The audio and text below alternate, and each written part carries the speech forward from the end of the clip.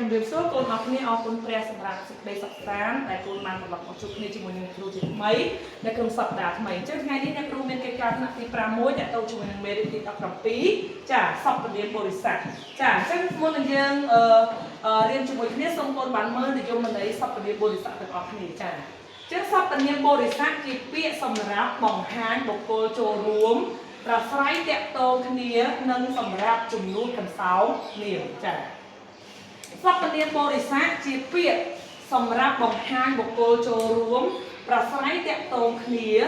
និងសម្រាប់ជំនួសកន្សោមនាមចាអញ្ចឹងយើងទៅលេខមកមើលសព្វនាម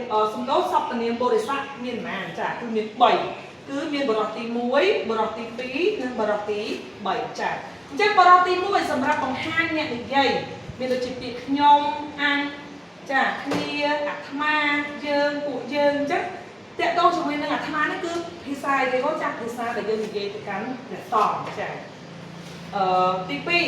2សំដៅមិនមែនយើងនិយាយទេគឺព្រះសង្ឃនិយាយមកកាន់យើងចាអញ្ចឹងបរិបទទី2សម្រាប់បង្ហាញអ្នកដែលគេនិយាយទៅកាន់ចាមានឯងអ្នកលោកពួកឯងពួកអ្នកឯងរាល់គ្នាអ្នកទាំងអស់គ្នាញោមអញ្ចឹងគឺភាសាលោកទេមែនទេកូនចាគឺញោមចាឯបរិបទទី3សម្រាប់បង្ហាញអ្នកដែលត្រូវគេលើកយកមកនិយាយមានទិវាគាត់គេនាងលោកពួកវាពួកគាត់ពួកគេអញ្ចឹងថ្ងៃនេះដែរអ្នកcũngបានលើកយកឧទាហរណ៍មកបង្ហាញកូនហើយឧទាហរណ៍នោះគឺជាលំហាត់ដែលមាននៅក្នុងមេរៀនយើងតែម្ដងចាដែលគេឲ្យយើងនឹងបំពេញតបាចាបំពេញពាក្យដែលជាសព្វនាមបរិស័ទអញ្ចឹងយើងមើលនៅឧទាហរណ៍ទី1ចានាងជាសិស្សពូកែកណិតរីឯអញ្ចឹងកន្លែងនេះដាក់ពាក្យគេចារីឯវិញជាសិស្សពូកែភាសាខ្មែរអញ្ចឹងរីឯគេចាគឺរីឯខ្ញុំចាអញ្ចឹងរីឯខ្ញុំអញ្ចឹងខ្ញុំនេះគឺជាសព្វនាមបរិស័ទអញ្ចឹងគឺជាបរិសទីប៉ុន្មានគុណខ្ញុំចាគឺជាបរិសទី1ដែលគេបង្ហាញអ្នកនេះនិយាយចាទីគុណមើលនាងជាសិស្សពូកែកណិតរីឯខ្ញុំវិញជាសិស្សពូកែភាសាខ្មែរចាអញ្ចឹងទី2តើយើងមើលរបស់ទី2កន្លែងនេះគេដាក់បែបតែងជួយបញ្យល់មេរៀនគ្នាទៅវិញទៅមកចាអញ្ចឹងកន្លែងនេះយើងដាក់ពាក្យអីគេកូនចាតោះយើងមើលទាំងអស់គ្នាចាគឺពាក្យពួកគេអញ្ចឹងពួកគេតែងជួយបញ្យល់មេរៀនគ្នាទៅវិញទៅមកចាអញ្ចឹងយើងមើលពួកគេស្ថិតនៅក្នុងបរិបទទីប៉ុន្មានចាមើលចាពួកគេគាត់មកមើលនៅណាចាគឺនៅបរិបទទីប៉ុន្មានទី3ចាគឺពួកគេនៅក្នុងបរិបទទី3ចាដែលគេបង្ហាញពីអ្នកដែលត្រូវគេលើកយកមកនេះនិយាយចាតោះឥឡូវយើងមើលរបស់ទី3ជីតាខ្ញុំតែងអប់រំទូលមាននិងចៅឯទៀតព្រោះចង់ឲ្យចាចឹងអ្នកបានបិទតែកន្លែងហ្នឹងតើឥឡូវយើងមើលយើងដាក់ពាក្យអីគេចាពាក្យខ្ញុំចឹងជីតាខ្ញុំតែងអប់រំទូលមានខ្ញុំឃើញទេចឹងខ្ញុំនេះគឺជាសព្វនាមបរិស័ទហើយនៅក្នុង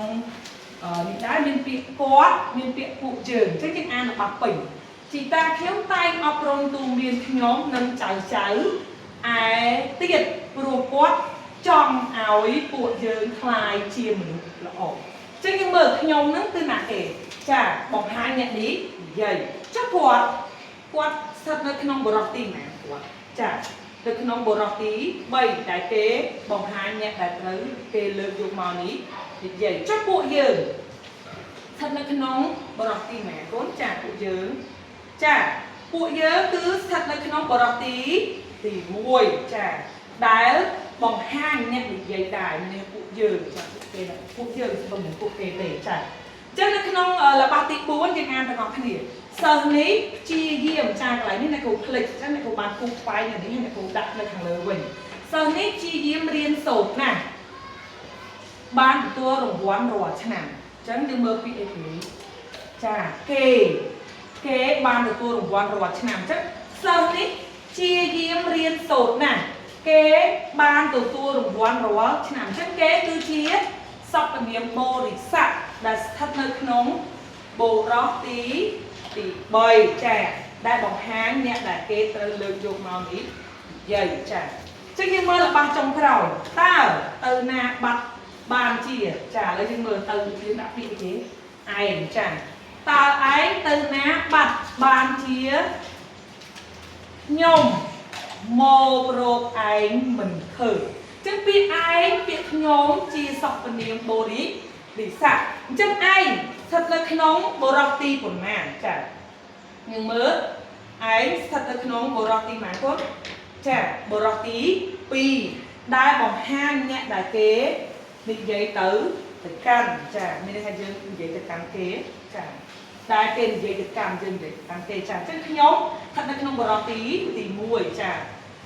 mình đây thật bỏng hang thì nhẹ giấy chả chắc mẹ đêm bom này cô ngày này cứ mình tập con nấc hay này cô xuống tha về để con tập tập theo với con a đừng trong trăm thì luôn mình ấy hai đừng chấm n bịa đai chia sọc phần miếng bồ đi sạch đéng đẹp ỏng chứ này cô đúng con chát bởi miền trồng ngó rồi còn miền ấy xong chụp nên sập đạt rồi tiệt xong con xong chụp đều tiệt